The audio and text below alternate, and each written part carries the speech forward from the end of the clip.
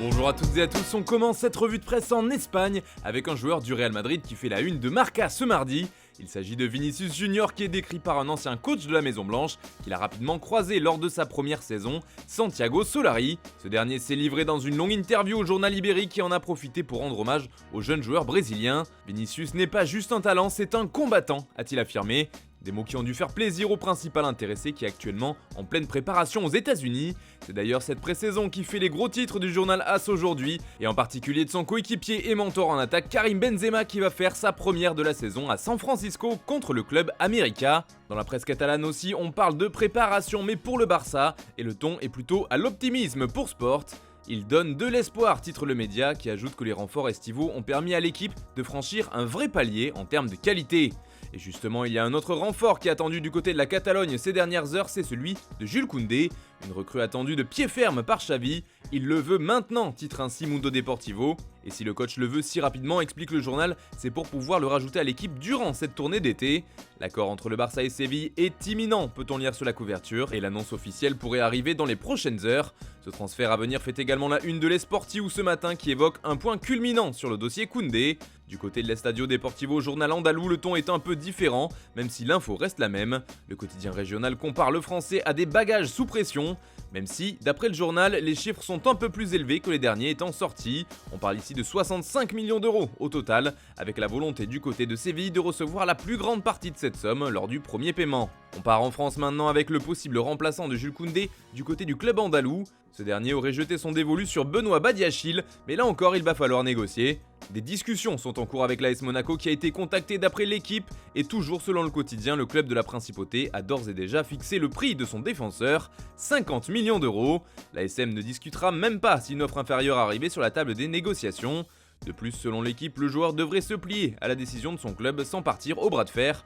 Pas très loin de Monaco, c'est Nice qui cherche toujours un gardien, et c'est justement ce qui fait les gros titres de Nice Matin. Après l'échec du dossier Jan Sommer, le gym tente d'attirer Jasper Schmeichel dans ses filets. La signature du portier danois serait un joli coup pour les Aiglons, mais le temps presse pour Nice qui attend toujours au moins 5 recrues. Direction la Turquie maintenant avec un joueur qui était prêté à l'Olympique Lyonnais cette saison, c'est Tanguy Ndombele, qui fait la une de Photomatch ce mardi. Si on en croit le quotidien turc, le français serait pisté du côté de Galatasaray. En effet, le coach du club stambouliote, Okan Buruk, cherche un joueur au milieu capable de tenir le ballon. C'est pourquoi il a jeté son dévolu sur Ndombele. Ce dernier a d'ailleurs été écarté du groupe de Tottenham par Antonio Conte qui ne compte plus du tout sur lui. Et c'est donc Galatasaray qui pourrait en profiter. Des négociations seraient en cours avec le club londonien pour faire venir Ndombele en prêt pour la saison à venir. Affaire à suivre. En Angleterre, un dossier continue de faire couler beaucoup d'encre encore et encore, c'est bien sûr celui concernant l'avenir de Cristiano Ronaldo.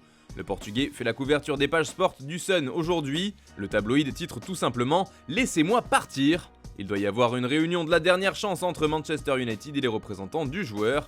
C'est également ce que rapporte le Daily Mirror ou encore le Daily Mail qui parle de crise Cristiano. Mais selon The Sun, CR7 dira non aux éventuelles propositions des Red Devils et demandera encore une fois à partir. Sauf que les dirigeants mancuniens auraient bien un dernier tour dans leur sac, ils pourraient accepter de le laisser filer, mais une seule saison sous la forme d'un prêt. De cette façon, Ronaldo pourrait jouer la Champions League avant de revenir à MU, où il pourra peut-être jouer la C1 la saison suivante. Attention toutefois, pour que ce plan fonctionne, il faudra que Cristiano accepte de prolonger son contrat d'une saison supplémentaire. Pour rappel, le principal candidat pour signer CR7 reste l'Atlético, et une telle solution pourrait permettre au club espagnol de faire baisser le prix de l'opération.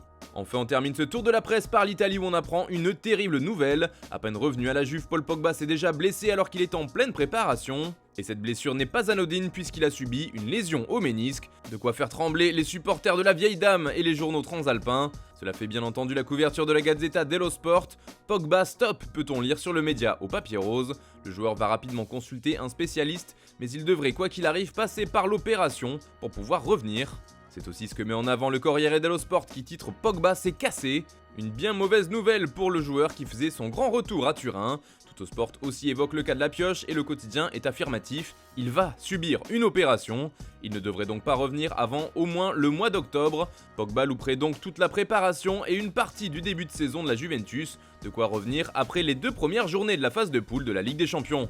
Voilà, c'est tout pour ce matin. Très bonne journée à toutes et à tous. On se retrouve tout à l'heure pour un nouveau JT et demain matin pour la prochaine revue de presse sur Foot Mercato.